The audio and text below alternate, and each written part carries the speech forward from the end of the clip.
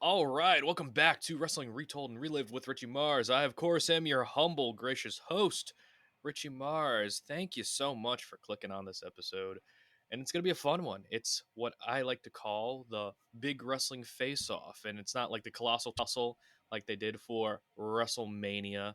It's going to be legitimately a face-off between the two faces of the individual. So it's going to be, for example, it's going to be like Diesel and it's going to be Kevin Nash. We're going to see which one would be better in not only a match setting, but who we liked overall as well. But of course, I can't do this alone because we brought somebody from the past. We brought somebody who was in the top listen to episode last season.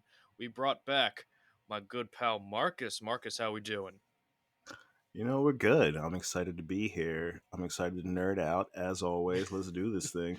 Yeah. So what inspired this idea for you? Because you brought the idea to me. I'm like, that's awesome. I'm going to borrow it and make it a podcast theme. you're gonna you're gonna just pull a WCW, Glacier. The kids like Mortal Kombat, eh? Yeah. Or like even better, if you want to go like to the Jim Cornette promotion and have the toxic turtles that they had, Oh where it's just yeah. like dudes in like Teenage Mutant Ninja Turtle costumes. Yeah, and they're super Yeah, awful. Oh my Smoky Mountain. goodness. Yeah, I was just like, oh, Smoky Mountain was built different, like Oh, super base promotion.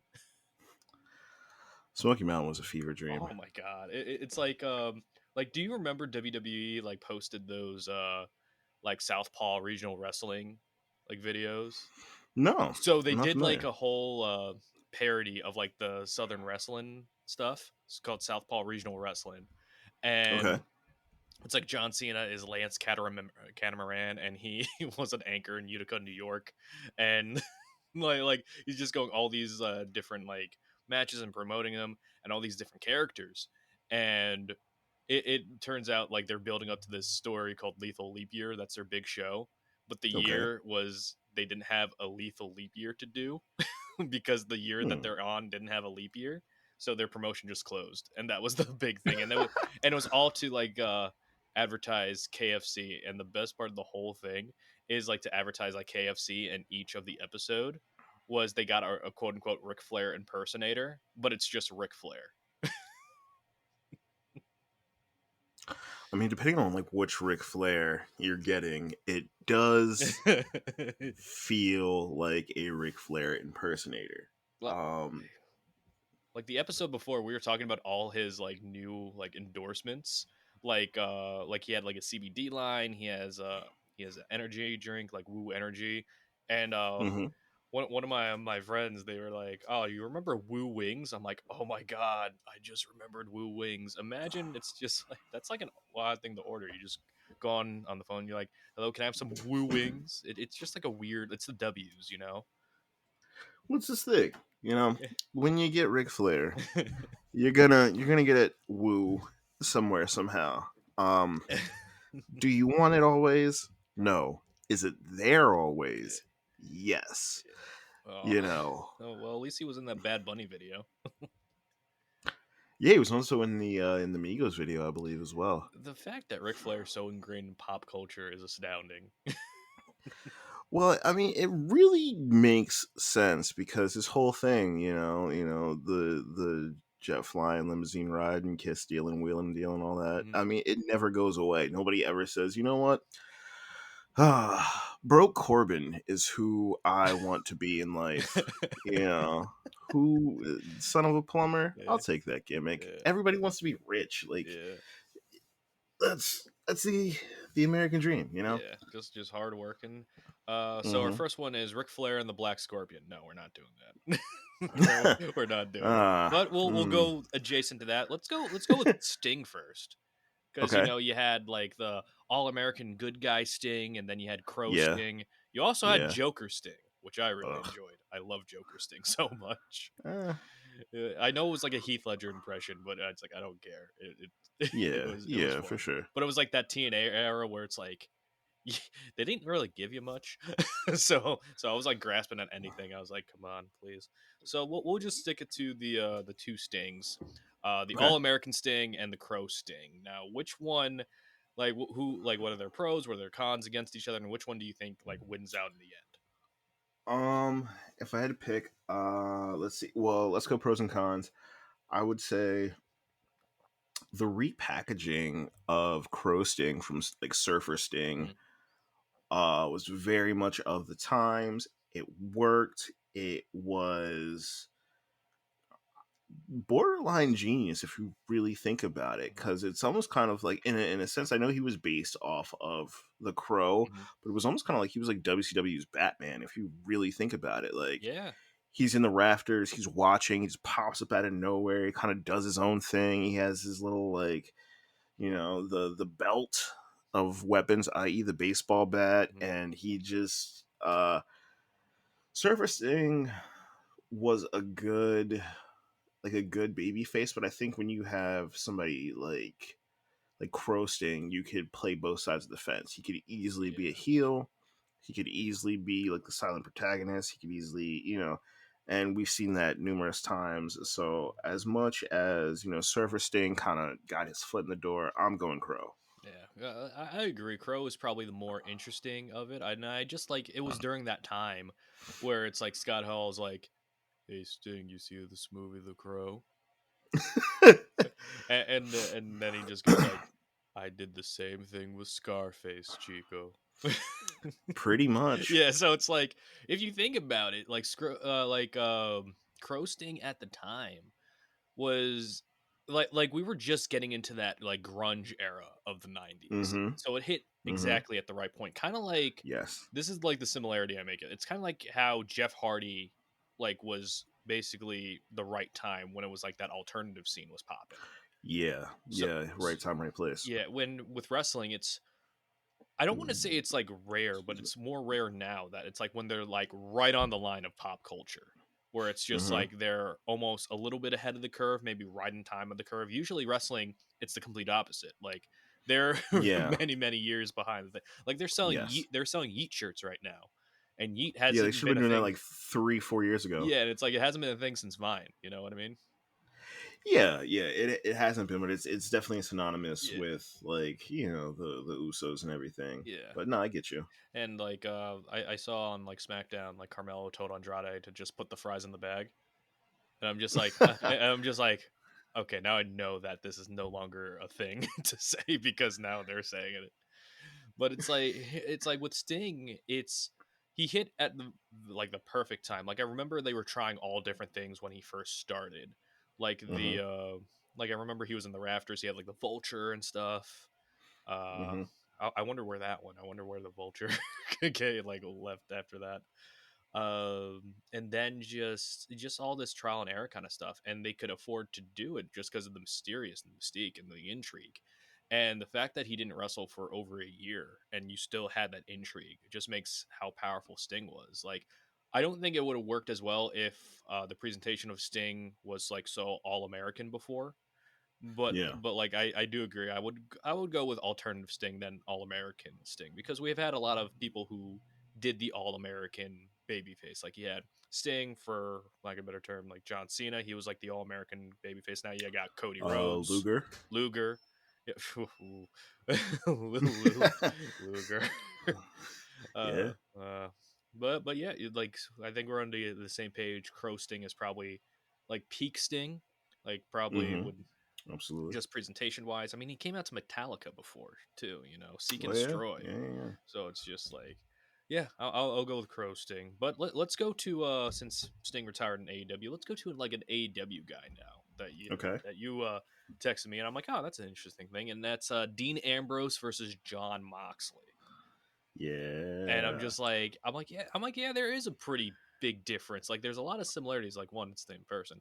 Two, like, Moxley described Dean Ambrose as like 90% John McClane from Die Hard.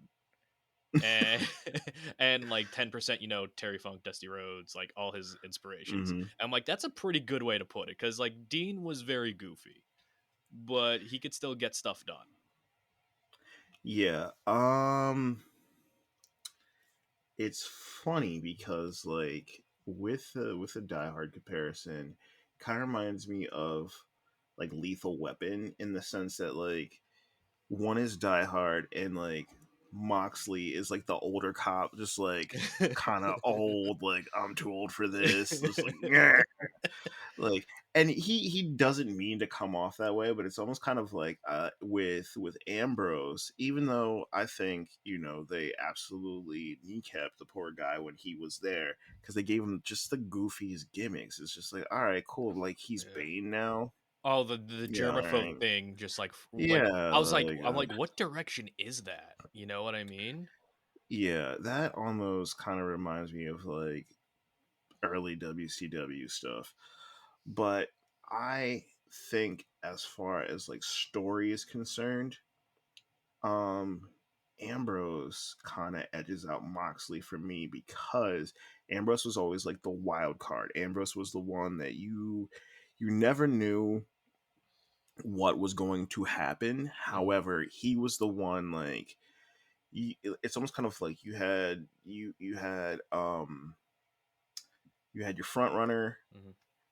you had your side guy in Rollins, and then Moxley was always the wild. I'm sorry, Ambrose was always the wild card. Ambrose was the one that like you never knew what was going to happen, Mhm. so he was always very interesting. So I'm gonna go Ambrose, even though I think he got pigeonholed by just crap booking sometimes. Yeah. Yeah, with Ambrose, I always enjoyed Dean's WWE career. Did I think it was like the full like John Moxley that we've seen now? No. But at the same time, to your point, Ambrose's story, I think probably the strongest story was probably with Rollins. And then you had Hmm. other stories like AJ, you had like other stories like with Miz. But then it's like around that time they try to be like a little bit too cute with him. Like uh like the hot dog cart I didn't mind because that was like the introduction to like the Ambrose character. That was like his first year as the thing. So it's like okay, a little goofy. But then like he did like the tricycle like in a bear suit like during an IC title feud. I'm just like, all right. And then like you said, the Bane mask. I thought the jacket looked cool. You know, Yeah, yeah, I yeah, yeah. thought Like like the the presentation and look was cool. It's just that they like they try to play it too cute. Like I think the germaphobe thing like wasn't really like in like impacted upon to the television hmm audience. It's like why is he a germaphobe?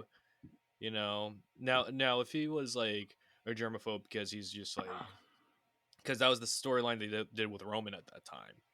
hmm So it would make sense for him to be like a little bit more safer. But the Dean Ambrose character, it wasn't really about safe.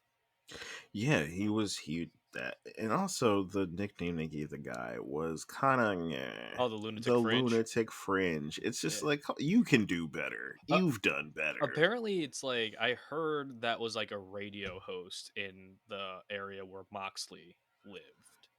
Okay. But at the same time, the lunatic fringe, you're just like you're implying that he's losing his hair. That's pretty much Yeah, what it is. yeah. It's I don't know. He could have been way better, and I get like I do agree with you on the jacket. The jacket was cool. Yeah. I think what they should have done is not necessarily had the gas mask, but maybe like a COVID mask or like a Yeah. like a face mask, because when he was cutting promos, you could hardly hear the guy through the Yeah. gas mask, and then it's just like, what is he wearing this Yeah. for? Apparently, he was supposed to come out with a pooper scooper once. Like, But I'm gonna go in the other direction. I'm gonna go more Moxley, and even okay. even though with Moxley, it's a little bit more. I don't want to say one note because Moxley's an excellent promo, and I did enjoy his early feuds. You know, with Eddie Kingston, with Brody Lee, with Jericho, with Kenny, and like this the Death Rider stuff now. I do not find interesting at all. Like it's just kind of like, oh, it's a diet version of Acids and H, which is a diet version of the Nexus, which is a diet version of the NWO, which is a diet like it's like all these things of these invasion angles that kind of like it's hard to put a spin on when the original NWO did it so well for so long. Yeah. But yeah, that's the thing with everything with Moxley. So it's like, but with Moxley, I did enjoy like his presentation because he treats wrestling like a war. And I like that where it's like if you want to make wrestling quote unquote realistic, you have to make it feel as real as possible. Even though it's like we all know it's predetermined, you have to make people believe. And I think Moxley does a very good job of that when given the opportunity. It's just that I feel like he needs more material to work on. I do like all of last year, like Moxley didn't bleed once, and every time someone would go up to me, it's like, oh, Moxley just keeps bleeding in every match. I'm like, he hasn't bled for a year, and every other time he would bleed, it's by accident. You know Mm. what I mean? Reminds me of good old dodgeball. Nobody makes me bleed my My own own blood, blood. nobody. Love dodgeball. So, did you hear they're coming out with a sequel? Yeah, No, they're in interesting. production for a sequel. Okay. So far, Vince Vaughn is signed on. I'm not sure about Ben Stiller, but I'm like, come on, you gotta bring Ben Stiller back. Yeah. You gotta. Yeah, they do it around. Yeah. But speaking of the NWO, why don't we tackle the NWO? All right, let's do it. All different, all the versions of it. So we Okay. have the OG NWO. Mm-hmm. We got Wolfpack. We Mm-hmm. got Hollywood. We Mm-hmm. got NWO 2000, Mm-hmm. and then we got the WWE version. Well, I can tell you this: the WWE version can go hard in the like that's recycling bin material right off top. Like, no, thank you. It did give us that Booker T singing Shawn Michaels theme song, though. Yeah, no, I know, mm-mm, I know. It not doesn't. enough. It doesn't like measure out completely. But I'm like it's like one of those things. It's like, yeah, you're going in the bin, but we might send you to like recycling instead, so we can make a little bit of change off you. Yeah, no, it's just like, hey, if you eat this turd sandwich, you get a cupcake. And it's like one of those little cupcakes too. It's not even Yeah, it's like the like mini cupcake, and meanwhile, the sandwich is like 2.5 feet long. It's yeah. just like, I'm, So, I'm all right. Subway, eat fresh. Yeah, if you want yoga mats, Oh, love it. I love that so much that it's like their bread can be traced back to yoga mats. Hey man, they say if you Yeah, need to line your chakras, eat a Subway footlong.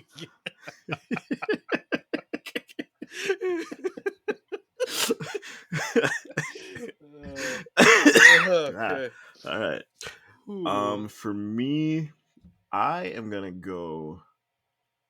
While I do like Wolfpack, I'm gonna just be, through and through just the original, just because the Yeah. original was the best. Mhm. Like, the original was, it was like the cornerstone for so many things. Like you just mentioned, Mhm. like four different things that you could say were babies of the NWO, or Mhm. were in the NWO family tree. And if you remember, like right around when the NWO started to get traction, WCW just started throwing together like random factions. Like you Yeah. had Misfits in Action, you had the Filthy Animals, and then it was just like, it almost kind of seemed like once they found out that NWO hit, they're just like, oh, okay. Let's see if we can just do this again and have like Yeah. multiples within the company.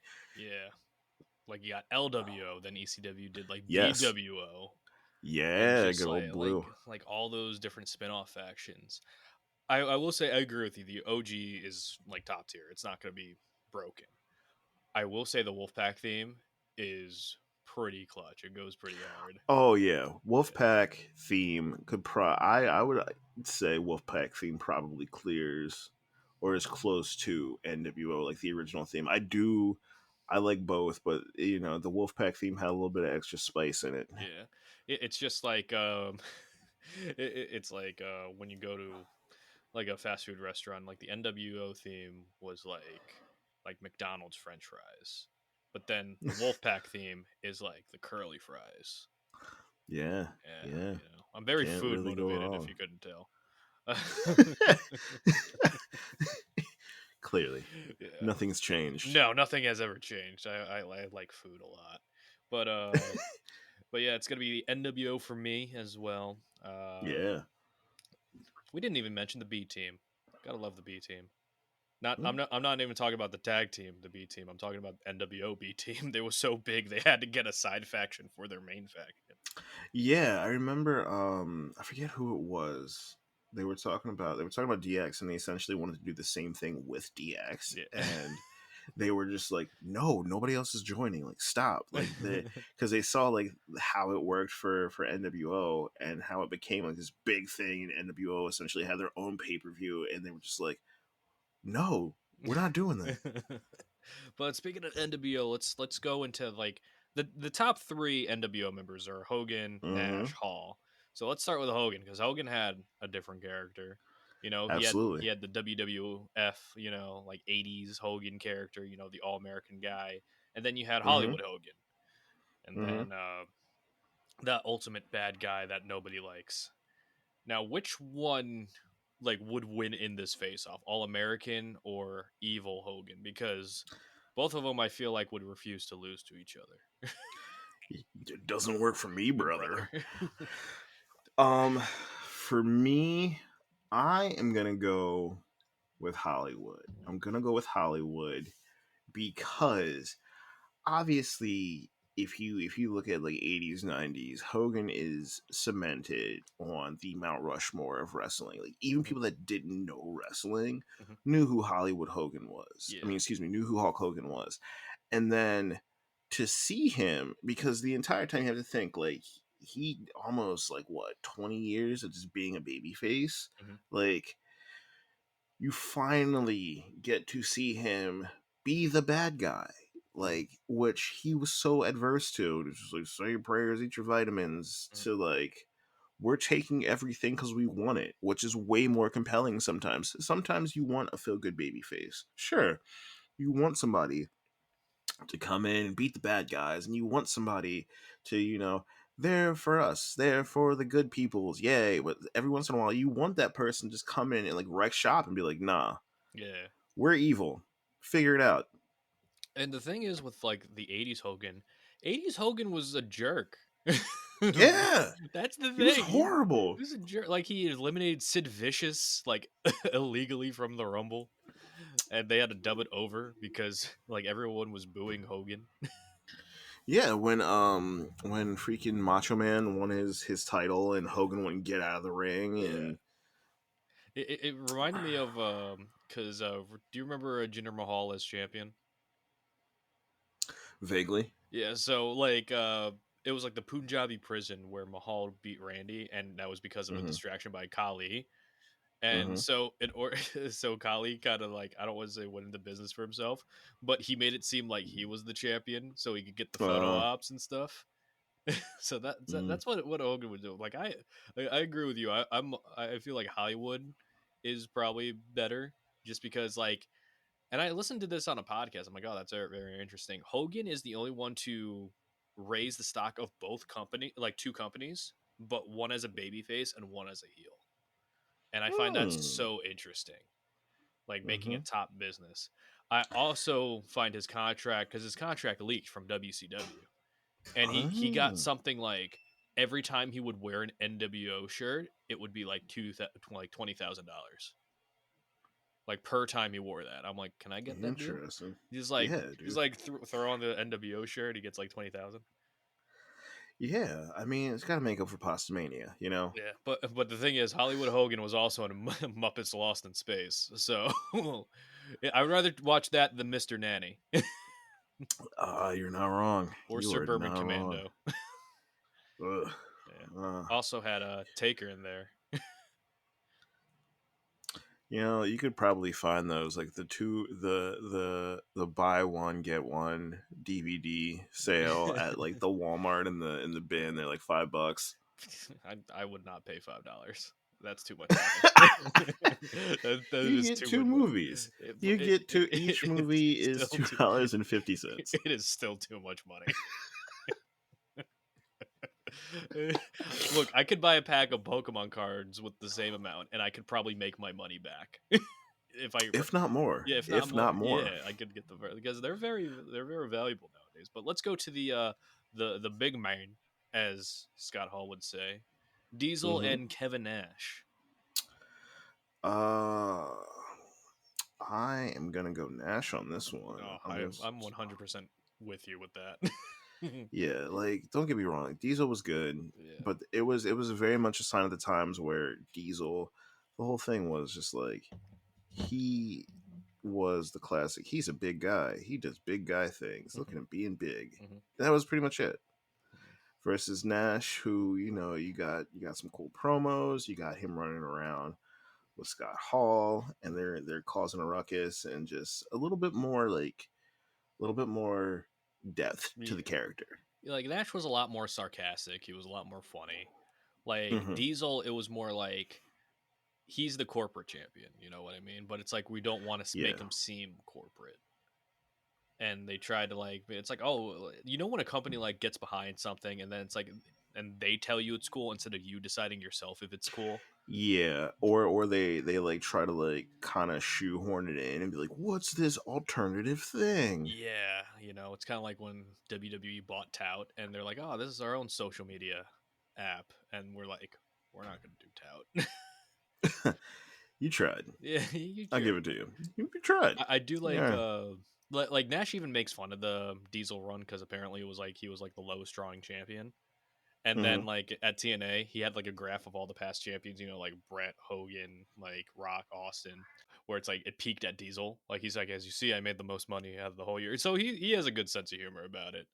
Yeah, yeah, yeah, yeah. And I think But probably the Nash like gif that I see the most is the like he's in like the wheelchair and it looks like his legs in a cast, but then he takes off the blanket and he's okay. I would say, the real question here is fake Diesel versus Isaac Yankem. Oh That's boy. Uh that's the one. That's the one the fans are clamoring for. I mean, I assume the winner becomes mayor.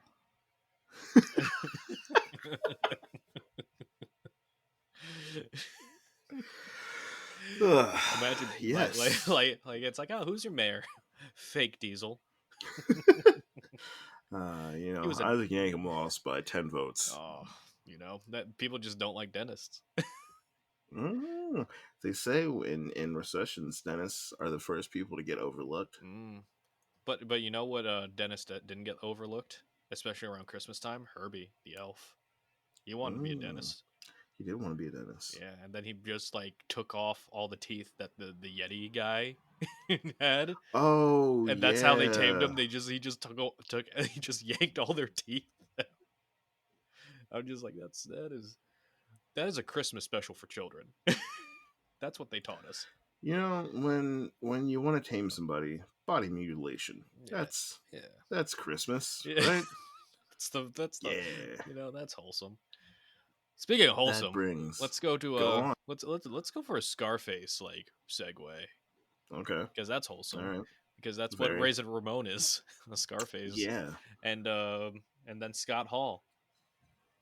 So we have these two like very like similar but different characters with Scott Hall, Mhm. like he was starting to do like the Razor voice in WCW, but then that Mhm. lawsuit hit. Ah, yeah. Yeah, Yeah, so yeah. it's like, yeah, you can't have a toothpick anymore. you can have something similar. You can have a floss pick and just like walk down the ring with a water pick Yeah. if you really want one. And it's like gonna be like one of Um, those big water picks too, where it's like the machine and stuff he's carrying to the yeah, he's like ring. carrying like a whole like half gallon water pick to the ring. Gotta make sure you have clean teeth, you know? Oh man, yeah, you're on camera. You need clean teeth. That's what you gotta do. But like with Scott Hall, I think I might give the edge to Razor here. Razor's edge. I did see what I did there. Ah, I didn't ah. even mean that to happen. Mm, Gosh, I should get funnier. But yeah, I'm gonna go with Razor just because like he was in that IC division, and I feel like he mhm, really did became like around that like in that new generation era to make the IC title like a coveted championship in that you don't need to have a successful career like by winning the world title. Like he should have won the world title absolutely. But with mhm, all the IC like championships he's had and with all the programs like he did with Jeff Jarrett, he had with Shawn Michaels, just kind of like a who's who of that division around that time, and also putting the 1-2-3 kid on the map with that uh, upset win, and that really did pave the way for like wrestling storytelling because now it's like mhm. it's been done to like kind of like shotgun some stars. from like relative well knowns to actual like superstars. And I feel like Razor was going to be on that cusp of just like breaking through that proverbial glass ceiling if he stayed in WWE. And with WCW, like the whole NWO thing, it wouldn't have worked without Scott Hall, and Scott Hall was a big part Mm-hmm. of that. But I feel like Scott kind of tampered off a little bit due to his own personal issues. But with Razor, he was Yeah. like, Razor is like 10 out of 10, like cool, like just swag in general. The surfing down the ring, with the Oh, yeah. arms. Hey yo. Hey yo, Um, survey time. I'm torn on this one because I was very much um a Scott Hall fan, Mhm.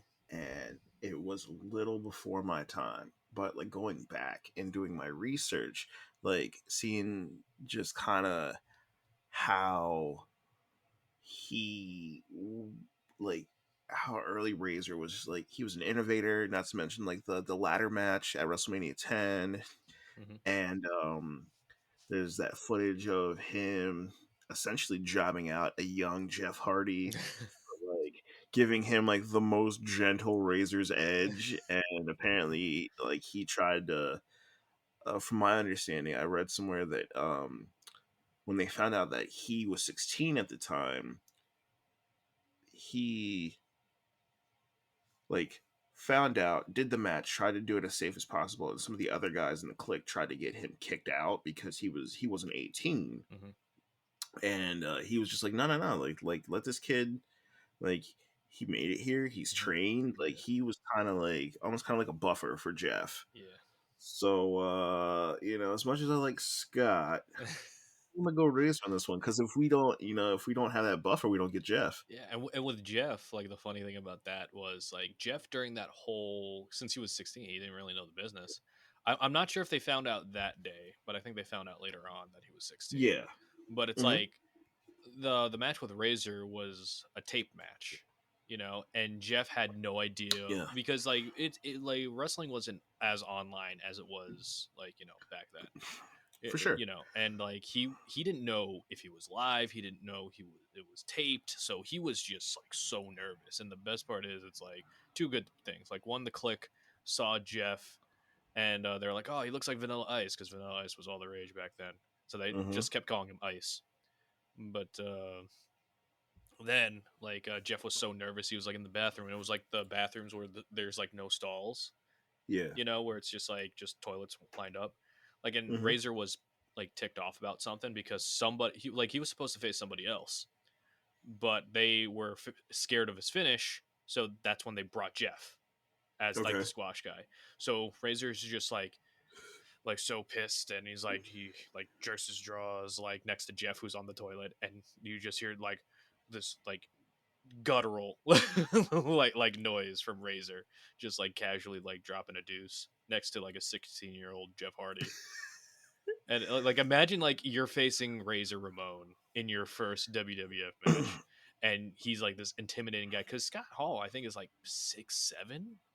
Yeah, Scott Hall's a big Like he guy. was a big man, and like Jeff Hardy at the time probably like 5'11", like barely 6 foot, and then Yeah. like you have this man just like dropped his jaws just to take a poop in front of you, and now you have to face this man in the ring, and those are like the hard WWF mats. Like that was before like they Yeah, were they on had like the concrete. springs and Yeah, yeah. like, it wasn't until like Vince took a bump in them. He's like, oh, we should probably change how the rings are. You know what I mean?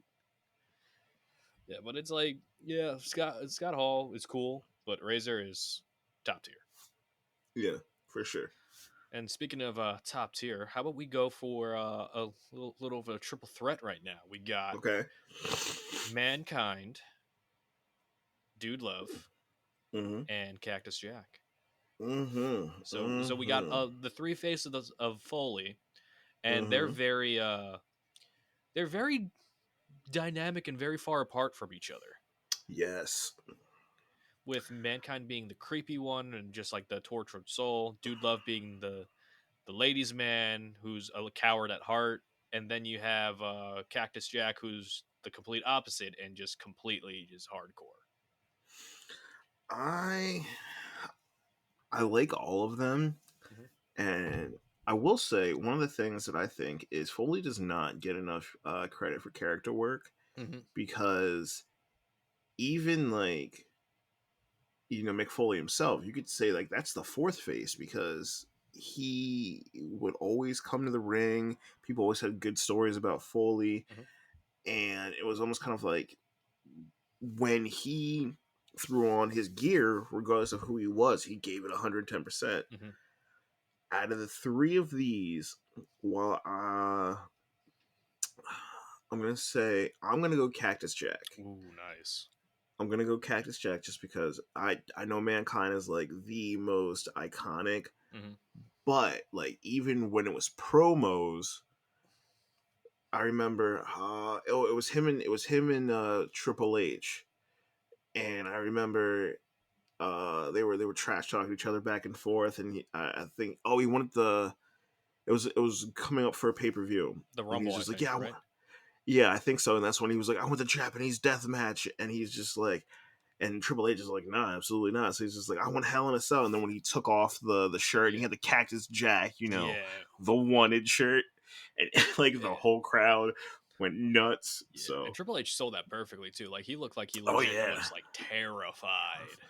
yeah, and it was just like as much as like Mankind is revered, I think Cactus Jack is just like it's almost kind of like if you ever play like Street Fighter, how you have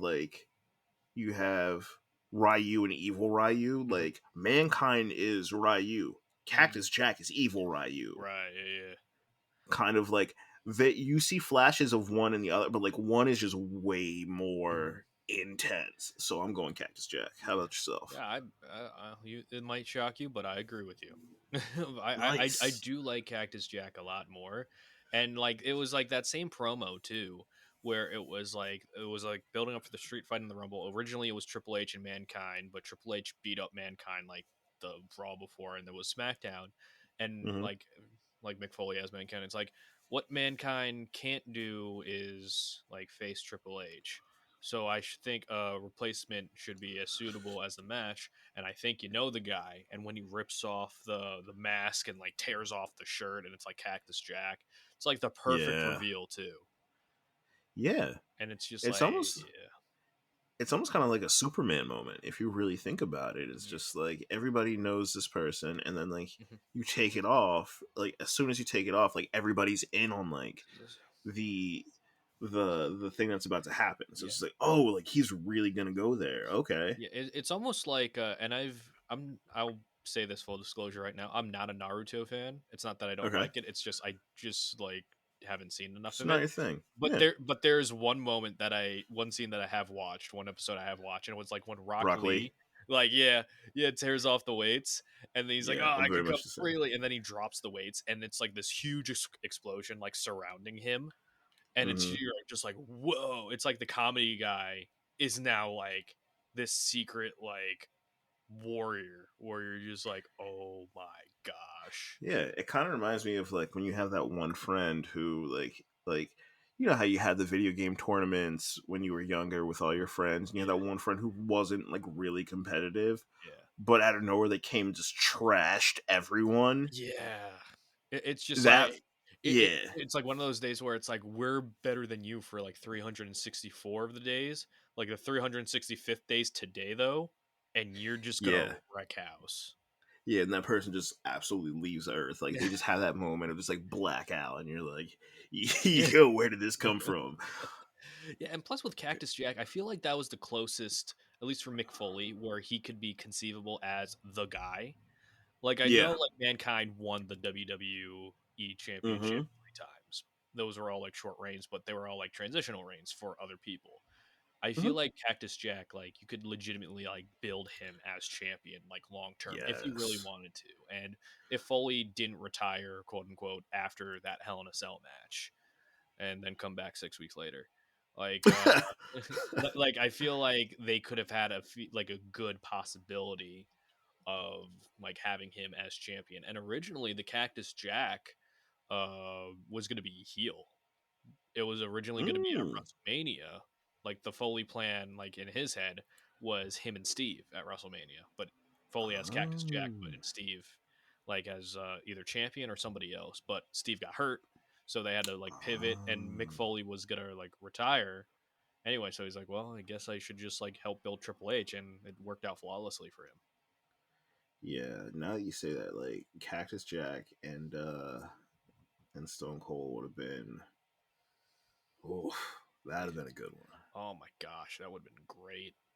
Like Oh we man, got Stone Cold and Dude Love, like we got Stone Cold and Mankind, I think a couple of times, but we never got like Steve Austin and Cactus Jack, and yeah, I'm like that would have that would been. have been like off like next level. Mm-hmm, But mm-hmm. speaking of next level, let's go to a man who brought the wrestling game to the next level, and that's Rey Mysterio. Now with Yes, Rey Mysterio, he's been a babyface for pretty much his entire career, yeah, but the only time he was considered a heel was when he was ironically a baby faced Rey Mysterio without the mask, where it looked yeah, like yeah, he was a youngin, you know. And yeah. like the difference between Rey Mysterio and Rey Mysterio Jr., I don't think a lot of people usually acknowledge or remember just because Rey Mysterio is so synonymous with his masked persona. Mm-hmm. But Rey Mysterio, like unmasked, was like was like a heathen. He- Oh, dude, he was wild. And the thing is, so Ray, for me, growing up, like I was a WCW kid. Mhm. I watched both promotions, but I loved the cruiserweight division. I loved all the luchadors. Yep. To this day, like Ray is my favorite. Like I was Mhm. literally Ray one year Mhm. for Halloween as an adult. Yeah, me too. Like Yeah, because you just throw on the mask and you look like Rey. yeah, like I still have my mask. Yeah.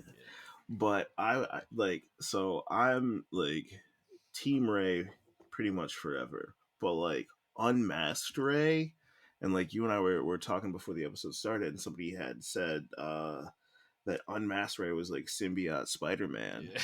which I absolutely loved. Um, so for me, I think Unmasked Ray, even though like Unmasked Ray was such a short period of time, Mhm. but you got to see more depth of Mhm. the character. You got to see him like, and not only that, he's running around with the filthy animals. They're getting tag titles. They're kind of like WCW's like bad boys, but it's like the bad boys like you want to hang out with, not the ones that are just like not like chronic where they're just coming in and like slamming everybody Right, because like, yeah, we want matches. But like they were the I kids in high school that like were like troublemakers, but it's like they didn't do drugs or anything. So they're like yeah, they innocent. were like troublemakers, but they were fun. Yeah, Like they're they like were class clowns.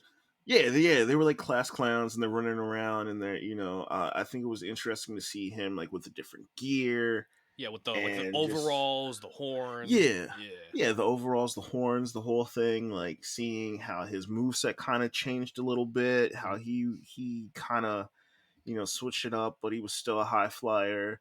So as much as I love Ray with the mask and like everything, I'm gonna go unmasked on this one. Hmm. I'm gonna go for the 180 on that. I'm gonna go with Master Ray, and Yeah, it's just like it's pure nostalgia, just because it's like it's Ray. I oh, like absolutely. the thing is, it's like I like the Ray with the baggy pants, and he Uh didn't huh. start the baggy pants until the unmasked Ray either. So it's Yeah. just like so he still kept some elements of like unmasked Ray when he went to WWE, and Hmm. it was pretty cool to see. And originally, like they didn't tell him that he was going to be like remasked again. Like I think he had to go to like the council in Mexico in order to get permission. And Yeah. for that, I think WWE just kind of paid off the council, saying, "Hey, how about we give him with the mask and stuff." Yeah. And originally, his outfit was going to be like a gladiator outfit. Yeah. I saw that. Yeah, I and saw the it kind of the looked so drawing. dope too. But no, we saw some like gladiator stuff later down the line with Ray. I remember in the Royal Rumble I went to in '08, like he came out with like the gladiator mask. Hmm. I'm like, oh, that's pretty neat. I'm like, I wish he did like more of that. But yeah, with Master Ray, I just think I when people think of like luchadors or just like master wrestling, it automatically goes to Rey Mysterio. Like Absolutely. there's like a masked Pokemon, like a Lucha Libre Pokemon called Halucha, and people keep nicknaming him Rey Mysterio because Yeah. yeah, because it's Rey Mysterio, you know, and like he even has like a Cartoon Network show, I think. Yeah. Yeah. Yeah. And like I said, dude, I'm an absolute Rey Mysterio stan. Um, I love everything Rey Mysterio, but just like seeing that, it's almost kind of like when you get that like that glimpse of almost kind of like a Marvel's What If, like you get Yeah. that. That's almost kind of like what we got to see in real time. Like, what if because he like you said, he was always a consummate baby face, but when Mhm. he didn't have the mask, it's almost kind of like he was a little bit of a tweener. Like Yeah. he was kind of a heel, he was kind of a face. Yeah.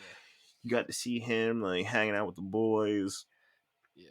and just kind of like being a little bit of a rebel versus like Ray has always been like super clean, Yeah. squeaky by the book. Like the kids love him, the adults love him, but you got to see that little just it's almost kind of like Ray after hours. It's Yeah. just like Yeah. what does Ray do when he hangs his mask up? Yeah. Let's put it in the ring. You know. So again, uh, I get you, but I wish we could have seen like just a little bit more of Yeah. that. But nah, like Ray through and through will always be my favorite. Because So I get you. yeah, yeah, especially during the end with Unmasked Ray, like you got to see Mm-hmm. like I feel like Rey Mysterio when it came to like WCW guys was like the only WCW guy who wasn't like hindered in popularity even after the unmasking.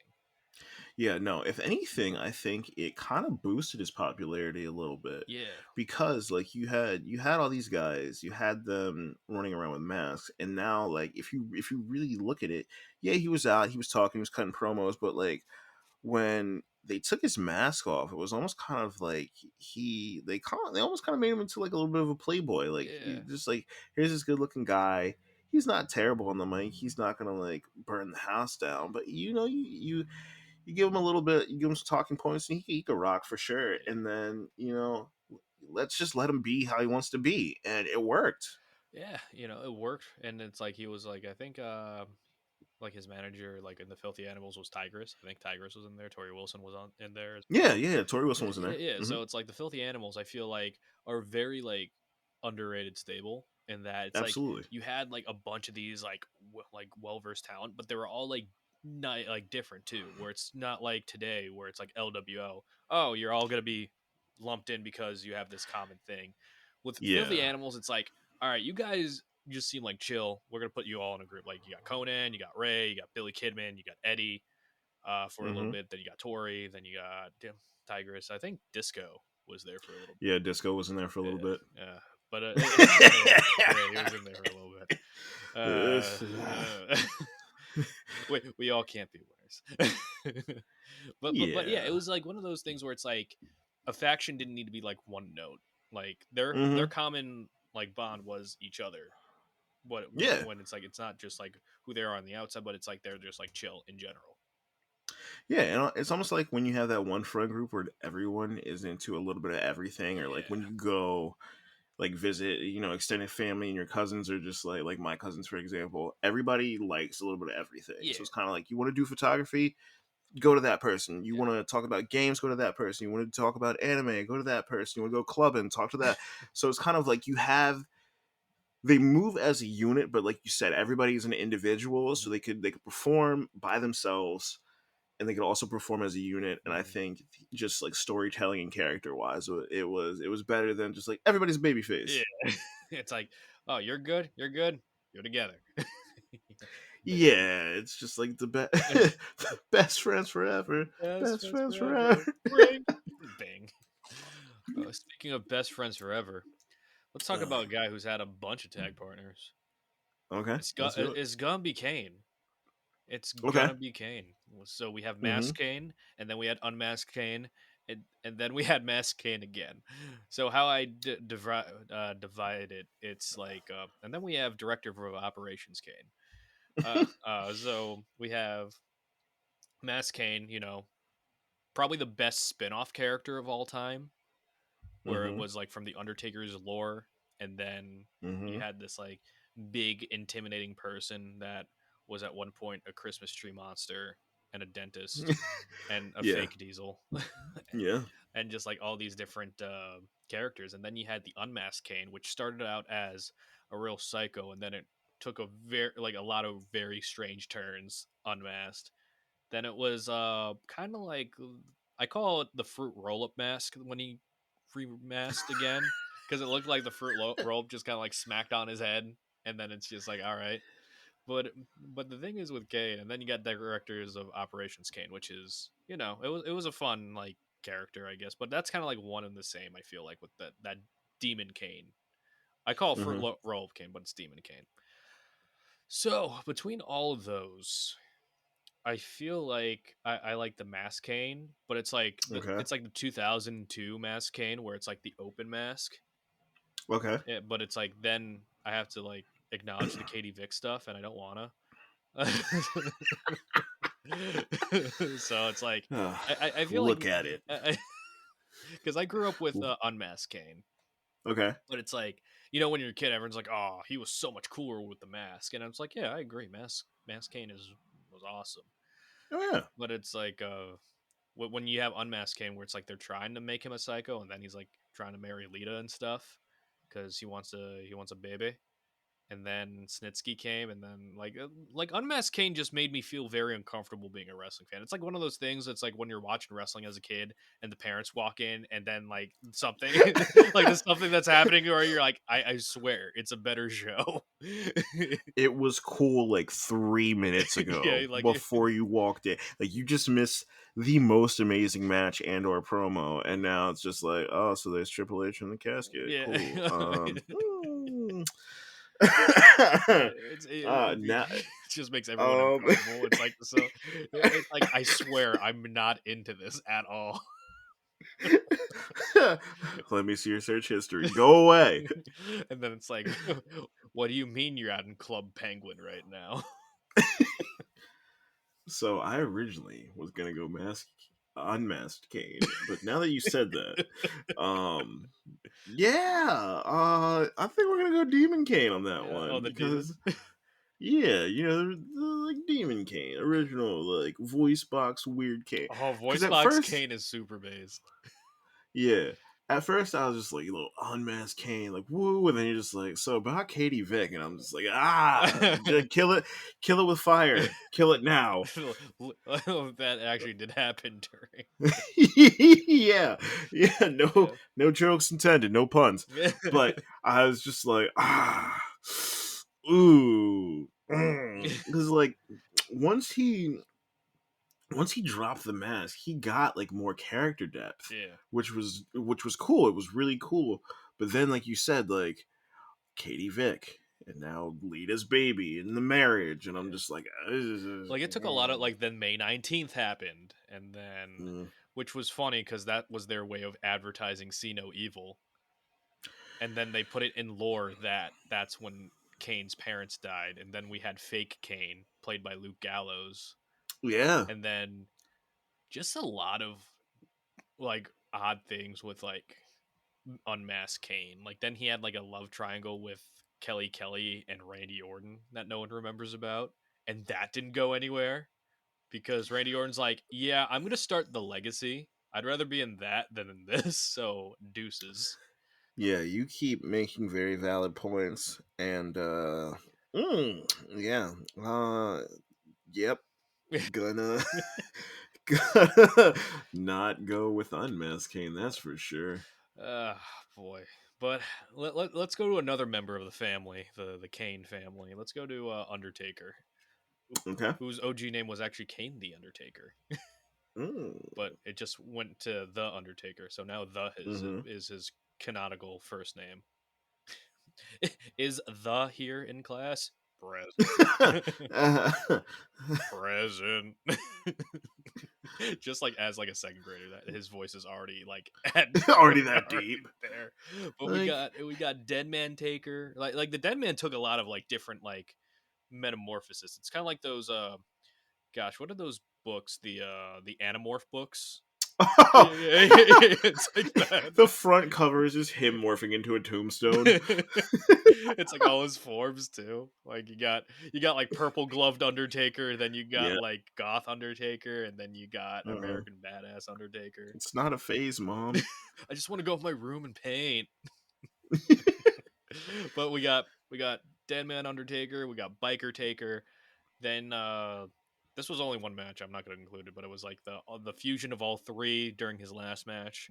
But Mm. I'll just to stick with Dead Man Undertaker, Biker Taker, and then like when he resurrected again, he kind of became a fusion of all of them, kind of deal. You got dead man in my biker. You got biker in my. My you remember that Family Guy skit with Officer Reese's? Yeah, that's what. Hi, I'm Officer Reese's. He got peanut butter in my chocolate. He got chocolate in my peanut butter. This is delicious. Bang, bang. Foley wrestling gimmicks were like that. But now, which one do you prefer? The dead man, the biker? If it sways your opinion anymore, remember Biker Taker had not only Kid Rock as a theme song, but also Limp Bizkit. He was the reason Fred Durst was in all those games. Oh, he was too, yeah, because was. because they went to Fred Durst and they were like, I think it was for Just Bring It. Yeah, we want Roland in like our video game, and he's like, sure, make me a character, and they're like, what? It's like, yeah, I want to be a character inside this game, and they're like, oh, okay, bet. Yeah, we're gonna go dead man on that one. Yeah. Like, it was always interesting to me that it was just like the transition from just like he's this like otherworldly being and he has druids and he's a motorcycle guy, yeah. just right. He's like, get up on my Harley. Yeah, like what are we doing here? Yeah. What are we? I don't know. Apparently, the undead can like bikes. Like, like, remember when like Eric Bischoff wanted to do like Hog Wild or Road Wild because he's like a big Sturgis fan? Imagine it's like it was like the negotiation for Undertaker's contract, and it's like, all right, Taker, we want you in WWE, not WCW. What can we do to keep you? I want my bike. I want motorcycle. Give me bike. And they're like, oh, okay, thank you. And he just rolls away. Instead of rest in peace, is now open road, same amount of syllables. Yeah. Pay for gas mileage. Give me the company card. AAA. My bike ran out of gas. That reminds me of like, do you remember the Undertaker promo when he was teaming with Big Show? And it was like, it's like, we were both riding motorcycles. I only gave him half a tank of gas, and he had to walk the desert by himself after that. And then Jericho's like, this is a boring promo. And Taker's like, shut up. I know it is, but you can't do that. Memories. And he wasn't even Biker Taker either. He was like Deadman Taker. He was still like trying to like plug in the motorcycle, like working that next negotiation. Give me bike. Yeah, no, you can keep. Yeah. You can keep Biker Taker. I don't hate him, but now that like when he's like, these are all the things that came from Biker Taker. No, I don't need that ripple in time. Yeah, like get out of here. Like the same thing with Kane, like real person Undertaker, like in like WWE. I just find it like odd because he's like talking like a normal person, and I'm just like, how'd that happen? How'd that happen? Like real person Kane when he had a mask and he had like like the whole Katie Vick stuff. Yeah. Like he's still in the mask and stuff, and he's like, oh, freaks are cool, and I'm just like, what have they done to my man? Look at how they massacred my boy. And meanwhile, Vince is like that Woody meme in Kingdom Hearts. Let him cook. Yeah. I would like to see like just be a fly on the wall for especially like mid 2000s, just in Vince's brain, because it was some of the most random stuff, and it was just like, oh, okay, we're gonna try and put this person over.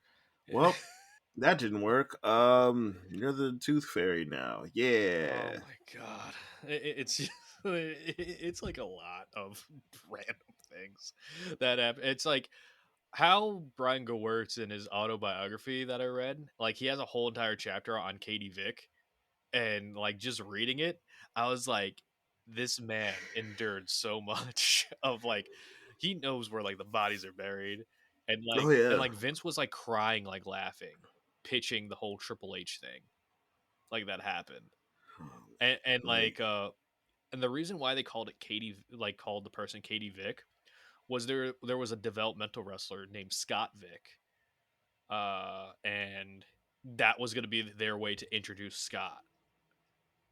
And of course, the story went over so poorly that it didn't like happen. Yeah, and that's gotta suck for him Oh too. yeah, because Like, they did nothing with him after that. But the best thing that came out of everything, because on SmackDown, because apparently Vince wanted to do like more soap opera stories, which is why we had mhm. Katie Vick. But on the other brand on SmackDown, like Undertaker was accused of having an affair with this woman. You know what I mean? And it wasn't hitting either. So like No Mercy pay per view where both of them had like title matches.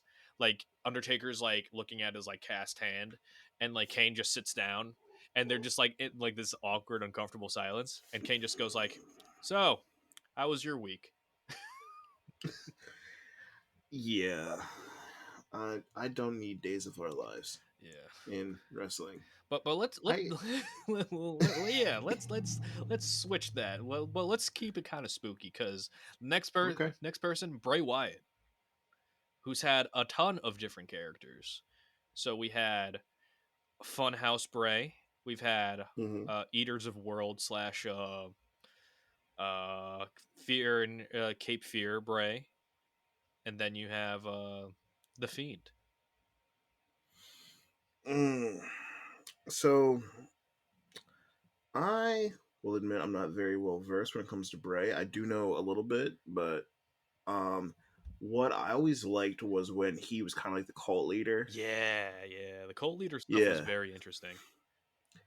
yeah, because I think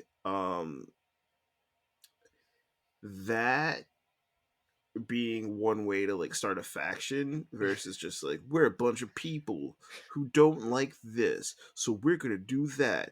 And also having it essentially be like a rework of an earlier character from the 90s Mhm. that didn't work out, and like his ability to just kind of like take it and run with it. So that was always like when I was kind of reintroducing myself and Yeah. kind of doing a little bit of research, that was one I always found interesting just because it was always I think it kind of reminded me of like Straight Edge Society, but Ooh, done a yeah. little bit better. Yeah. Because Straight Edge Society, they didn't like pop off, you know? Like it was like that Austin and Brian Pillman tag team as the Hollywood Hmm. Blondes, where it's like just Hmm. when you think they're getting to that next year, they end it. Yeah, I will yeah. say I think I might go with Funhouse Bray because there's something about like a psychotic Mr. Rogers character that I really enjoy. Oh yeah, it's like from the outside looking in, you know that it's like those movies where there's stuff going on behind the scenes, but you don't know A, what it is, and B, it's very unnerving Yeah. when somebody's just like, hey, how's everybody doing? But you know, like, there's bodies buried in the backyard. Yeah, it's like something's like it's like the appropriate amount of off. You know what I mean when you're watching where it's Hmm. like you're still like uncomfortable, but it like looks like everything's fine.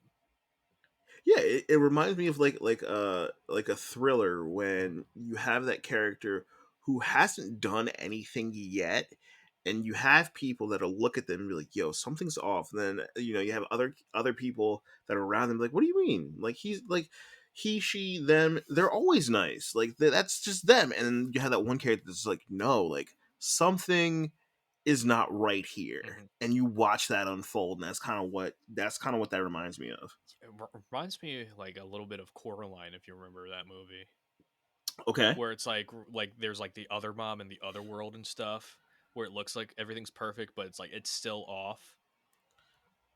And it's like I feel like the Firefly Funhouse was exactly like that, where it's Okay. just like you're not sure if this is playing on in his head. You're not sure if this is like the Yeah. actual like thing that he believes is real, like anything like that. Okay. Yeah, so it's like the appropriate amount of off, in my opinion. Yeah. Yeah, I get you. Yeah, but let's go to someone that inspired Bray and a couple other people on this list. Let's go to Terry Funk Okay. because we got Terry Funk, and this was his request that he wanted to be. This wasn't a WWE move. He wanted to be called this. It is Chainsaw Charlie. Yeah. The man who put pantyhose over his head and had a chainsaw. Yeah. I think for me, just out of the sake of fun, while obviously Funk is a legend, he dude was hardcore until he had his dying days. Hmm. Chainsaw Charlie, just because if you remember at that time, it was what, like 80s, Hmm. right around there, and that's when like all of those like serial killers and all the cults and stuff got kind of sensationalized. So you have Yeah, this guy yeah, who's running around with the pantyhose on his head, and he's got like the weird ring gear. He's got the chainsaw, and like yeah, people are freaking out. yeah. So while Terry is phenomenal, like you can never take anything away from Terry, for the sake of just like almost kind of like putting fear in the audience, I'm definitely going Chainsaw Charlie. Like, Yeah. like, Chainsaw Ter- Charlie was really taking us like from way too soon. You know what I mean? oh yeah, Yeah. Apparently, he left because he wrote Vince a note saying, "I think my horse is going to die. See you later." And I'm hey, like, hey, based. You know, it's like if you gotta be there for your horse. hey, you gotta do things, Yeah, and you know. I think I might go with Terry Funk just because like Okay. I feel like we got more promo time with Terry, and it's like he could be Oh, absolutely. like we could get like he could be serious, but also when he's like Hmm. in like comedic stuff, like he's like hey cactus, why are you doing that, friend? Like it was like like a very big like soft spoken, but it's just like he could like be creepy a little bit sometimes. Yeah, And he's like, "Oh, flare my eye, flare!" like just like I just feel like it's a little bit more creepy. Like visually, Chainsaw Charlie was creepy. Like I feel like Terry Funk, it's absolutely. just like it's almost goes to like the Firefly Funhouse Bray Wyatt thing, where it's just like Hmm. this man looks normal, and that terrifies me more because he could snap at any moment. For me, I like Charlie for the simple fact that again, at that time, people didn't know that it was a work. Yeah, So he's coming out, and people are just like, "Oh, this guy's like unhinged." And you know how like you have wrestlers that will come out, and like the announce team will be like, "Oh, this person's crazy," and it's kind of like, "Yeah, okay, sure." But you have others that like they don't really touch on it, and yeah, like the audience is like, "Yo, this guy's out of his mind. Like, what's going on here?" yeah. That will always like me being the chaos demon at heart that I am will always just love that because you had like think about it and like back then everybody was going to wrestling shows so you had like families, you had little old ladies, you Yeah, had kids, and this guy's like running around with a chainsaw and people are freaking out, and yeah. I'm just like, yes. Just like it, like oh my gosh, just a live chainsaw. I want to know Yeah. how he came up with that idea, where it's like the Taker like bike contract negotiation. Hmm. It's like all right, Terry, we're bringing you in for WrestleMania. You could team up with Cactus Jack. Like, what can we do to get you? I want a chainsaw. Okay, what about a dollar amount? Chainsaw. Okay, dollar amount chainsaw. Uh, okay. Meet my demands first and then we'll talk money. And let's segue to the person who actually ushered in the memorial for Terry Funk when he passed away, Cody Rhodes, Okay. because you had Cody Rhodes, Hmm. and then you had Stardust. Oh god. Now let me just say right there, I like both of these. Stardust was really fun. It was very Jim Carrey Riddler esque. Yeah. But then you had Cody Rhodes, who's currently and arguably the top guy right now when it comes to babyface. It's him and Roman, or like 1A, 1B, depending on how you want to Yeah. phrase it. But even Cody Rhodes, if you really think about it, you could split Cody Rhodes and have, say, like New Yeah, Japan versus WWE. like the New Japan Cody was like awesome too. Yeah, Love like New Japan Cody. you got him running around. He's a heel. He's running with Bullet Club. They come in as the foreigners, and it's very interesting because like as us as Americans, it's always like these foreign guys, but like what happens when you are the foreigner, when you are the person that is technically coming into a promotion and you're like trying to wreck shop. Like, how does that work? Yeah. So I think that was another level of storytelling for Yeah, him. especially with like his like debut promo as a part of Bullet Club. Like I think Kenny like queued up the video package and it's like this dark room that's all like hazy and smoky, and then like Cody's like lighting up a cigar, and then Hmm. and then it's like he's in like a silhouette kind of deal, and like the presentation was like top top of the charts. Like I think that's probably the best like portrayal of Cody that we gotten, Hmm. and that's like, oh, this guy's like a different guy from WWE. Yeah, and that's when he started wearing the suits and he's dressed to the nine and he's coming out versus like he kind of had a little bit of that in WWE, but like not. It was almost kind of like he got to turn himself up to 11 Mm, when he left. yeah, like he really like took the ball and ran with it. Just like all right, here's your canvas, paint me a picture. And then you're like, it's like Yeah. no restrictions, here you go. And then Cody's like, all right, bet. And then he just like drew this masterpiece of what became like Bullet Club Cody. Oh yeah, and then he had like you said he had Omega and he had the Young Bucks. Yeah. So like that was a solid like team for him. Hmm. And yeah, it was I think now people are starting to see what like people that were in the know years ago Hmm. were understanding. Like they're kind of catching up to speed what people have been saying for years about him. Yeah, it's almost like when he came back to like before AEW's creation or going back to WWE. It's like very Hmm. similar how Drew McIntyre was, because Drew McIntyre, like he was the chosen one, then 3MB, Hmm. and then it's like he went to the Indies and he became like a totally different person. It's like one of those Yeah. guys where it's like they grew a beard and you're like, oh wow, like he grew the beard. Like Drew McIntyre looked like he ate Drew McIntyre. Yeah, Yeah. like just like this brolic beast of a man, and I'm just like, oh Uh-huh. my, that I'm like that is not the same person.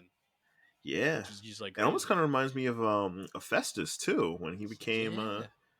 yeah. Well, why don't we go Yeah, to yeah, yeah. Festus and Luke Gallows? Yeah. I mean, 110% Luke Yeah. Gallows. It's just like Festus, while the character was interesting, I would say it wasn't necessarily a throwaway, but they didn't give him a lot of depth. It was Yeah. kind of like, oh, here's the bell. Yeah. He's gonna wrestle. I think that would have been very interesting if you could have made it like a Dr. Jekyll, Mr. Hyde kind of thing, or Yeah. like Yeah. say like a Green Goblin when he has the mask versus when he Yeah. doesn't have the mask. When he hears a bell versus like Yeah. play with that dynamic and like give him a little bit of depth. Yeah. But absolutely Gallows. Yeah. Like Gallows in Impact, he was like Doc, which stood for Director of Chaos, and I'm just like, all right. All right. How do you direct chaos? It's like, oh, you're just gonna do what every other like giant heel faction does. All right. but Yeah. but it's like I do like Luke Gallows or Doc Gallows. But Festus, he did have a lot of great moments. Do you remember like Miz and Morrison? Like they took like the ring bell and they just kept ringing it to make Festus like go from docile to like this monster guy. It is very much a very Miz and Morrison thing to do. Like I'm like, oh my goodness. Like, and I like Miz and Morrison too. They were like one of those like thrown together tag teams where I'm like, all right, you made it work. It's like beer money. Yeah. Every once in a while those are pretty solid. It's just like you get another one that comes to mind when you say throw together tag teams would be freaking Matt Riddle and Randy Oh, Orton. RK Bro. I've been watching RK RK Bro's Bro. stuff for like the past week. Bro. I love that. I loved I RK think Bro so yeah, I much. think that was another one that got thrown together that actually ended up working and you're Yeah. just like, huh, okay. Yeah, I like this. Do more of it. And then Riddle got fired, and I'm like, oh okay. Yeah. Yeah. Yep. Yeah. Yeah, I hear he's doing well though. I think he just won the MLW championship. Oh, nice. Yeah, it's like when somebody sent it to me, I'm like, how does that help me? That has done what? For me, Yeah, I'm like, it's not gonna help me anything. But yeah, you yeah. gotta. It's so amazing where it's just like you had lack of a better term, like these evolution of characters, like Randy Orton. Like I don't say like he switched characters, he just evolved over time. Like he didn't have like a quick like spin around. Like I feel Mm-hmm. like these other guys like Taker, Kane, Kevin Nash, Scott Hall, Ray, Cody. Like I feel like Triple H might be one. You know, because you had Triple H, then you had Hunter Hearst Helmsley, Helmsley. yeah, and then you had the Mm-hmm. Authority guy. So it's like I feel like those are three different deviations. Do you prefer one or the other? Like, and then you had like DX Triple H too. Um, if I had to pick one for Triple H, I'd probably go DX Triple H, even though like Triple H himself was definitely throwing his weight around because it'd be like, oh, another like 15-minute Triple H promo. Here we You're go. being very generous with 15. Oh yeah, like a solid like 20-30 minutes when the program is like 2 hours and Oh it's my just god. like, so you literally just ate a chunk of the Yeah. program to come and like grease your own wheels. Okay, buddy, Yeah. we get it. Like you got some pull. Sit down. Like Let me recap the last episode of Raw for 20 minutes. And this is yeah, here we are now. yeah. Let me talk about how great I am. And it's just like, can you just not? Can you? Can you Like, we get it. You did this. You did this last episode. You're gonna do this again? Okay. All right. Cool. Bathroom break. yeah, make some pizza rolls. Work Yeah, on my and thesis. why Triple H should not get as much TV time. A Well, thesis. it's like how Triple H gets TV time. One, married the boss's daughter. Well, that's done. but uh, another one we have is Goldust, because you had Dustin mm, Rhodes, the mm-hmm, natural, then you had mm-hmm. Goldust. He had a lot of different characters. The artist formerly known as Goldust, if you remember that. Uh, 7 for that one shoot promo because Yeah, Turner's like, man. Nothing. we don't want any of this on our programming. They saw the promos and they're Nothing like, beats 7. yeah, 7. And he just came out and was like, all right, go. I'm gonna take off this spooky crap right now. I'm like, oh, I guess 7's done. Yeah, whoever thought that was a good idea should be like tarred and feathered. Um, I personally am gonna go with just Goldust just because I don't think Goldust gets his just dues. Hmm. Like if you really look at Goldust as a performer, he was decent. Like as a performer, he was good. Yeah. He was good on the mic. He was a company guy. He was a solid worker. You always knew like when he was in the ring, he was going to try to give you a good Yeah, match. for sure. Like, and it sucks that he just kind of got relegated to mid card because if you could have like even okay, so they gave him like Booker Mhm. T down the line and had like the whole Odd Couples thing, Yeah, which was funny. It was good, yeah, and it kind of showed like a little bit of their comedic chops. But you could have like flipped that and did a different Odd Couple. Like imagine like him and Kane with the tag yeah, titles, like early Kane. Like they're running around. yeah, People are afraid of Kane. People are afraid of him for different yeah. reasons. Like they had Goldust and Like, Mankind for a little bit too. Like mm-hmm, Mankind just mm-hmm, kept calling him mommy, and I'm like, all right. yeah.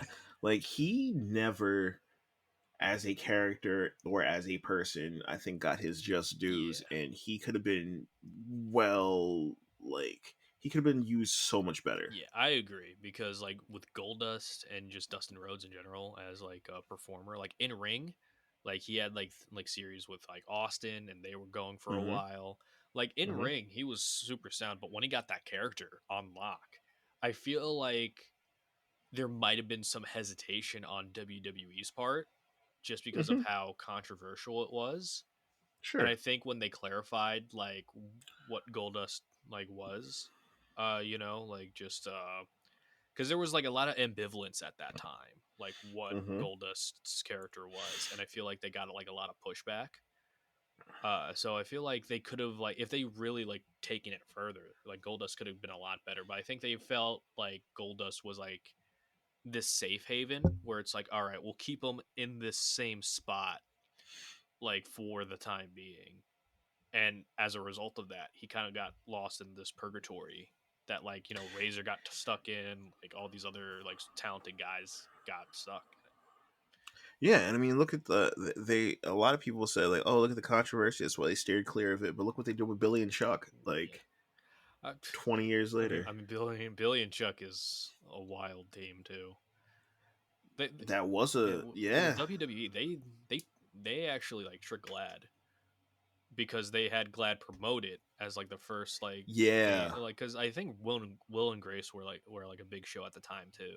yes. It was a very big Yeah, show. and like WWE wanted to cash in on it, and it's like, oh, this is gonna be like, oh, this is gonna be the first like homosexual wedding on television for a wrestling company, and then they just flipped it Hmm. and they revealed that they were both straight and they weren't like a Yeah, they couple, weren't. They weren't. you know. Yeah, they weren't a couple, and then there was all that controversy. But it's just Yeah. like, if you could do that, why couldn't you push the Yeah, it boundaries seemed like a very with pick somebody and like a choosy Goldust? kind of thing, you know. Yeah, It's and it's almost kind of like they've always been like that. Like, again, when we were talking about Katie Vick, like, that was awful. That was so bad. But that's what you went for, and like other people couldn't yeah, like.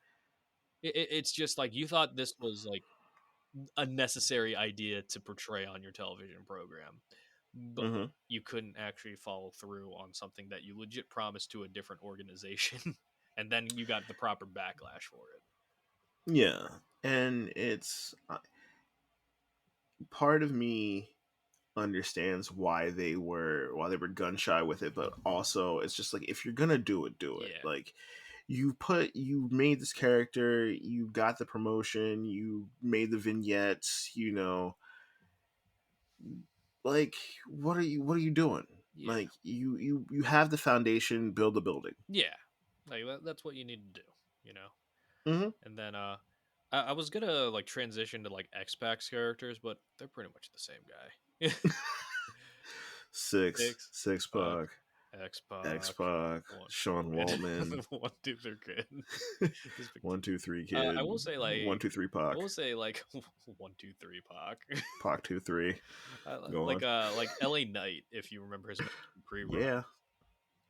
Like I think it's like without saying like LA Knight is head and shoulders Oh, better. hands like hand over fist better than what he was. And it's interesting that they're just like, "Oh, you're gonna be a manager," Yeah. and once he finally got away from that, he's like now one of the biggest Yeah. names in the company. What's even better is like with LA Knight, uh, like Mason Mansoor, or like they were the ones the part of the Maximum Male Okay, Models. yeah, yeah, So yeah. when Mm-hmm. they got released, they have their own show, and they were Mm-hmm. talking about the LA Knight thing when he was Max Dupree, Mm-hmm. and it was like a runway thing. So LA Knight was reading on the card. So like Vince was like, "Ah, you're gonna read off the cards tonight. You're gonna make it good." So LA Knight does exactly what Vince says, and then he gets to the back and he calls him over. It's like, "Ah, you can't even read off cards. Like you can't memorize your lines now."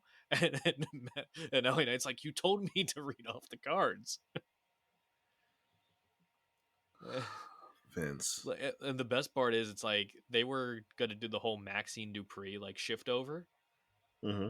and then that week Vince Scott, retired out of like quote unquote nowhere.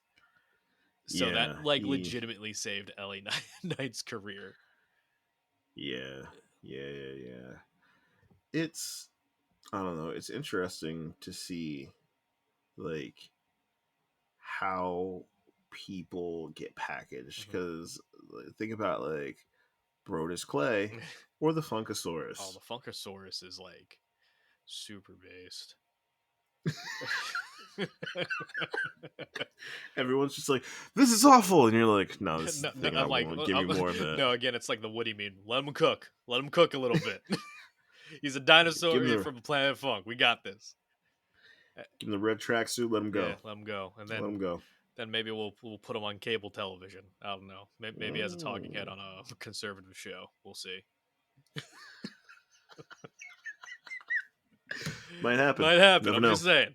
Never know. Oh, I can't tell the future here, Listen, but I think I'm cooking a little bit. Like the Funkasaurus as a conservative talk show host, like just as the Funkasaurus. you Somebody just call try. my mama. Somebody call my mom. You should just start trashing everybody, like hot takes on everything, just called the Oh, Dunkosaurus. the Dunkosaurus is crazy. like it's one of those old phone call things. It's like you reached the Dunkasauras. How can I dunk you today? Yeah, or it's just like whenever he like makes a point, he has like one of the soundboards, just like a crowd cheering in the background. So yeah, he just hangs up on him. Yeah, and then You just got dunked. yeah, it got dunked. Let me go for my Dunkaroos now. Everything's just dunk themed. Everything just like every. Today's episode has been brought to you by Dunkin' Donuts.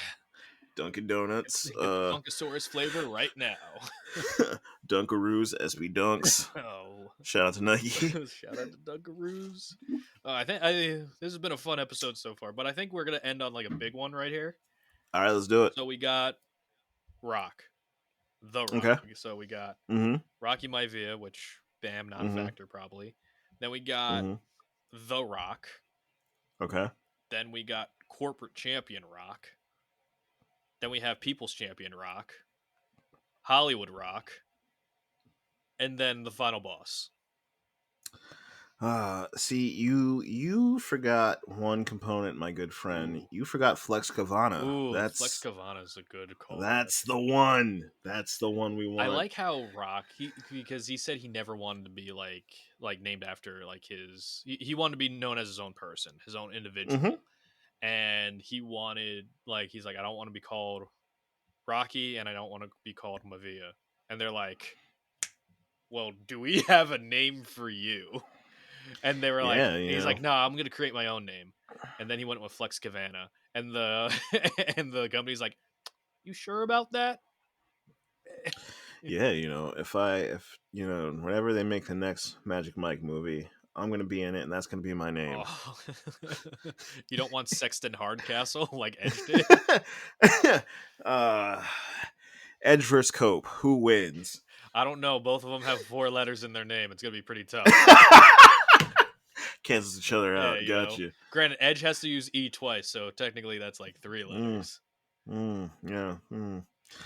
Yeah. If I had to pick, I would probably go. I think People's Champ. People's Champ had probably like the best runs, had the best promos, was always like lightning on the mic. It was something to watch because you never knew what he was going to say, but rarely did he miss or fumble. Like when he was on, he was pretty much unstoppable. Like it was hard to match him in the ring during a promo when he was People's Champ. Oh my! The amount of careers that were like Trashed by The Rock's hands is astounding.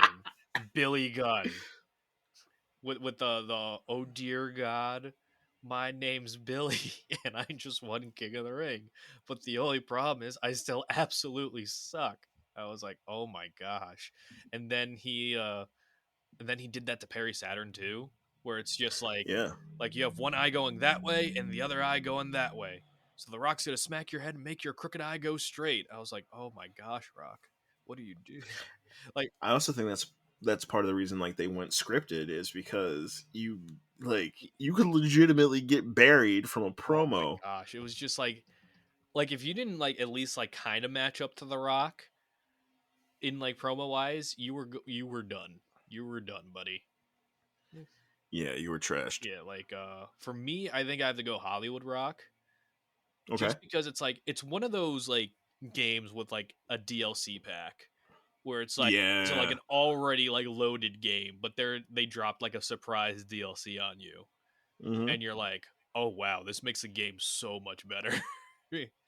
Oh man, especially the one promo where he's like in the ring with a guitar Yeah, and he's a just rock like concert. and everybody's just absolutely trashing him and they're chanting Goldberg and he's like, oh, the Rock's lawyer. Yeah, Goldberg. Yeah, Yeah. Ira Goldberg now. And Yeah. that's when Bill And Goldberg was going to debut. oh yeah, and he's just like absolutely just trashing everybody, and everybody's booing him, and it's almost like he's just feeding off of it. He's just like, yeah, give me more. Yeah, and like one of those one of the best lines in those rock concerts when I think it was in he was like in California or something, and he was like, "And I'll be sure to come back when the Lakers beat the Kings in May." And then like the crowd is just like booing him like religiously at this point. And like the whenever he would say a town's name, he's like, "Oh, we're in Toronto, Canada." You know, the crowd cheers, and he's like, "Oh, are you kidding, The Rock? You kidding? Like, yay, hooray! He said Toronto. Yay, that's where we live." And also, I can't forget the hurricane promos. Yeah, The Rock knows You're you. the You're the Hamburglar, and just Hamburglar. like giant H on your chest. And like every time, like he would go to like a hurricane like promo, and like he would one bring back the like McNugget. He's like, "You gotta throw a chicken McNugget at the Rock," and like the best part is like how like hurricane like will like leap out to like make it look like he's flying. If you Hmm. look back in those promos, the Rock will like look up as if the hurricane like flew away. So he like even though he was like savage on the mic, he would still give credit to like the people that he's working with. Like we didn't have Hollywood Rock for a long time, but for the time we had it, I think it was like February to like all the way to April. But the fact that it was like that short amount of time and leaves like a tremendous impact was just like second to none. I just thought of one. I got a quick one Oh, for let's go, you. let's go. All right, so American Dream Dusty Rhodes versus Polka Dot Dusty Rhodes. We're not gonna go with the Midnight Rider. I mean, we could. Yeah, Yeah, throw it in there. yeah, Why not? yeah. I mean, both of us aren't gonna pick it, but you know. uh, But oh that's a good man. one. Like NWA Dusty Rhodes and like the Polka Dot Dusty Rhodes. I actually did Yeah. a segment for the No So podcast where it's like Okay. I chose like the whole Dusty Rhodes section, so it's like they're going through like the 80s and 90s, so like all the vignettes of Hmm. the Common Man Dusty Rhodes, Polka Dot Dusty Rhodes I saw. So I'm Yeah. just like, Yeah. oh, this is great. Hard times, daddy. Hard times. Let me tell you something, Ric Flair. You come to Starcade, you think you gonna get my title? Ooh, baby, no thank you. Not gonna happen. Not today. Not to Dusty. Just try me. That's hard times. Yeah. This is like Hmm. tough for like the reason of like Dusty Rhodes unequivocally is like top like the Mount Rushmore promo guy of Oh, all time. absolutely. But when you have the Common Man, it's like, here, Dusty, have this character that no one wants to be. All right, baby, I'll make these polka dots gold. Yeah, and I mean it's that is kind of like his strong suit. Like whatever you gave to him, he's just dunking it. Like no Funkasauras, he's dunking Yeah. it. Oh, Um, imagine Dusty polka dotted Dusty Rhodes as a conservative radio host. oh gosh, no. All right, baby, you want to get dunked? But yeah, as much as like I think people undermined the polka dot gimmick, and I understand why. I think that kind of put him on the map. So, I think that kind of made his legacy stronger a little bit. mhm. It's one of those where it's like, all right, here's the gimmick on paper, and you look at it and you're like, it's not the best creative, but let me take this and make it that much better so they have to take notice of it. It's not like Terry Taylor and the Red Rooster. The rooster. Yeah, Ah. yeah. Oh. Oh. I just like how apparently the same day the Red Rooster and Mr. Perfect were both created on the same day. And Terry Taylor was up for Mr. Perfect as well. And so Oh. it's like imagine you're like at WWF, this is the big time. And then you're the Rooster. Oh, who am I? Mr. Perfect. And you're like the guy who was given the Rooster, and you're like, you gotta be kidding me. Hey man, I'll trade you. It's like here's a holographic Charizard, and here you have a Pidgey. Pretty much. Yeah. It's just not even a Pidgey. It's just like uh You have you get a Kakuna. you get a you have a Patamon from Digimon. It's like, dude, where'd you find this? next to the trash Yeah, can. you It's know. yours now. Yeah. Have fun. But the Live best it up, is champ. like people like Bruce Pritchard, like, oh, it's like the reason why the Red Rooster didn't work is because Terry Taylor didn't own the gimmick. And It's a terrible I'm gimmick. just like, what do you want me to do? Like, just like, you're like, all right, you're gonna be a rooster. You know what would have been great if like Terry Taylor was like again those Animorph books where he just like slowly transforms into a Just a rooster. rooster. But that's like his autobiography. Yeah, it's just like just Terry my life as a rooster. Solid read. And then it's like Solid read. it finally like happens, like he goes like into like the egg that turned into the gobbledygook. And Full circle that's moment. his final form is just him being full gooker. That should have been a tag team. The Red Rooster and the Gobbledygooker. And the swagger soaring eagle too. Ugh.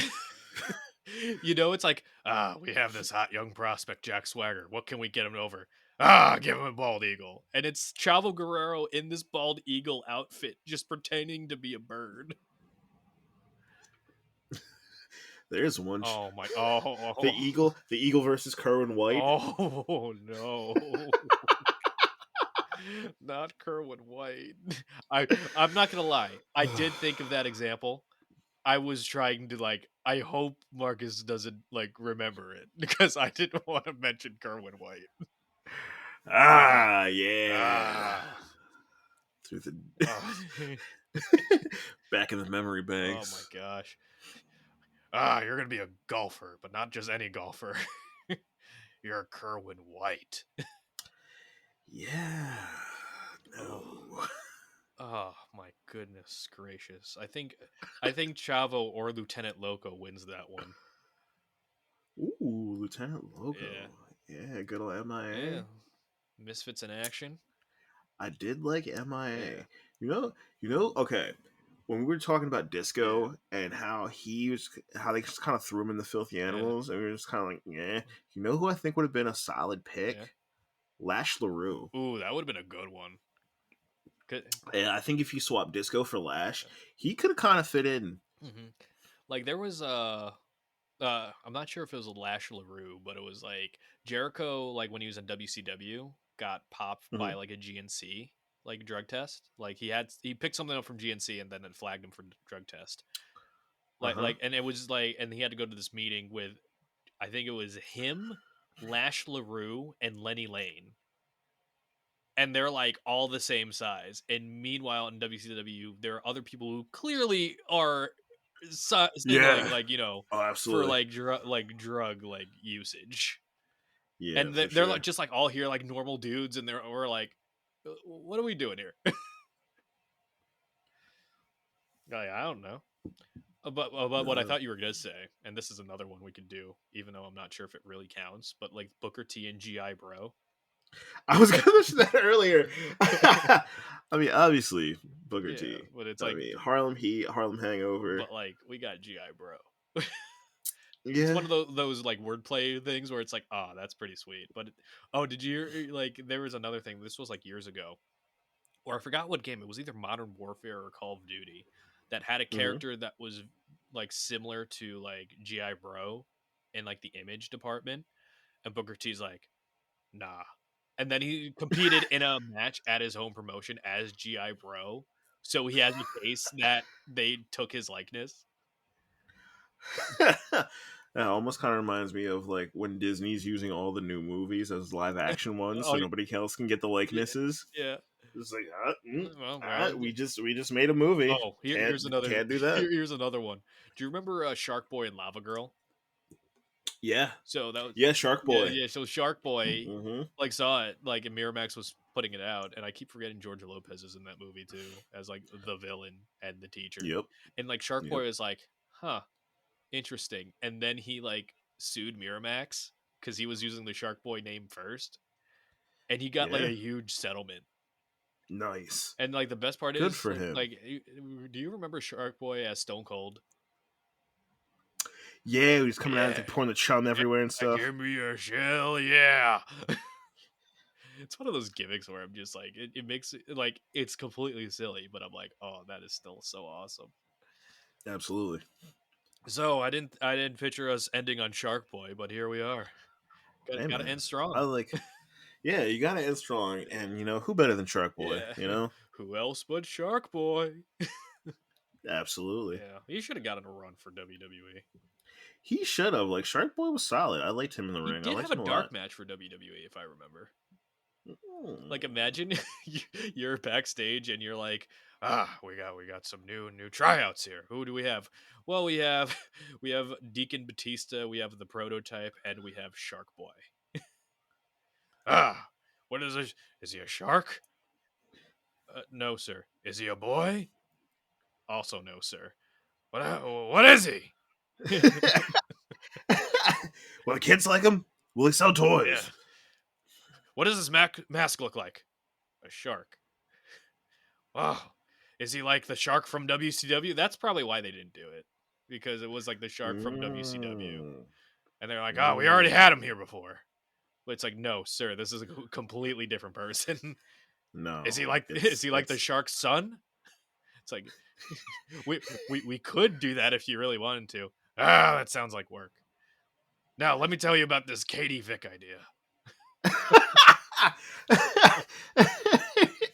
it reminds me of like when like you have a group project and like three people are on board with one thing, but there's that one person that just like derails everything, and it's just like, all Yeah. right, so we're gonna write about this, and he's Yeah. just like, Yeah, it's like that how about that one where it's like you're part of an improv troupe or a writing team, and you're like three of the like out of the four guys have like a great flow. It's like, oh, we're gonna go here and go here and go here, and then somebody just goes like, and then Grimace shows up. like why is Why Grimace is in Grimace medieval times? Like, what are we doing here? medieval Grimace? the Medieval ye Grimace. old, the ye old McDonald's. Yeah, medieval Grimace is just a prototype for the ogre. That's what he is. Yeah. You know, Shrek is in the lineage of Grimace. If you really look at it, If you really want to focus on it, like we have the Grimace birthday shake. You remember that? But it's like oh, Woo. apparently, like this is fully off topic, but I don't care. I find this interesting. So the Grimace birthday shake, like nobody could like pin down what the flavor was. Yeah, So, but apparently, if you have the McDonald's fries before you have the Grimace shake, it tasted like berries. But if you just had the Grimace shake on its own, it's vanilla. And I find that really strange. it's also it reminds me of like when you go to the bar and somebody's just like, all right, so there's this drink. You're like, okay, why is it in like 12 steps? And you're just like, just trust me about that. Yeah. And then you do all the 12 steps, and you're just like, it does taste like that. Holy heck! Like what? Yeah, it's like the first person who dipped their Wendy's fries into the chocolate like frosty. And they're like, guys, hear me out here. They're somewhere immortalized in slabs of stone like a caveman. It's just They're in a Smithsonian it's like somewhere. the art from the pyramids of Egypt, and you just see this one person with a With a frosty. with a frosty. Uh, Oh god! Oh yes. lordy. On that note, this has been a Uh, great episode, man. yeah, Yeah, man. we're Thanks. gonna be back here soon. Yeah, we got more shenanigans in the pipeline. I can't wait for him. But anyway, where can we find you, Marcus? So not really big on socials, but I do use IG from time to time. You can look me up. It's QUEZMAV. If you got any questions, comments, concerns, shoot me a message. Ah.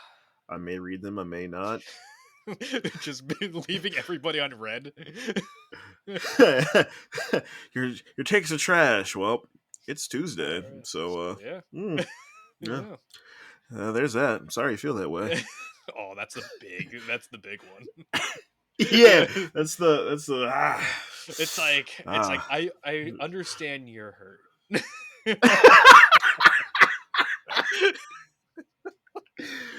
I'm not, but yeah, I acknowledge that you are. yeah. Yeah, no. If anybody out there, if you like music, my Spotify is the same thing. I have a bunch of playlists that are just open, so that's pretty much it. That's about as social media as it gets, because life is boring and it should be that way. I 1000% agree. Like, we need more boring like lives out Yeah, there. dude. Like, it's always funny when people like post literally every aspect of their life, and then like Yeah. the next post is just like everybody's in my business, and it's just like, well, plot twist, friend. Um, if you didn't realize, you're literally making your business like TV fodder at this point. Like, TV fodder is a great term. Uh, before we get to TV fodder, we'll be right back. But first, the Dunkasaurus. absolutely. Oh boy, but always good to have you on, Marcus. Thank Uh, you, man. if you want to follow us, follow on Spotify and Apple Podcasts, Wrestling Retold and Relived with Richie Mars. I, of course, am Richie Mars. You can follow me on the Instagram and the YouTube at Retold Richie Mars. I have Twitter, don't use it much. And this is being recorded legitimately the day before the TikTok ban. So depending on how that goes, you could potentially follow me on there. And if not, I will see you in the other places. But that's going to be it. TTFN, Tata for now. And coming up next, the Dunkasaurus.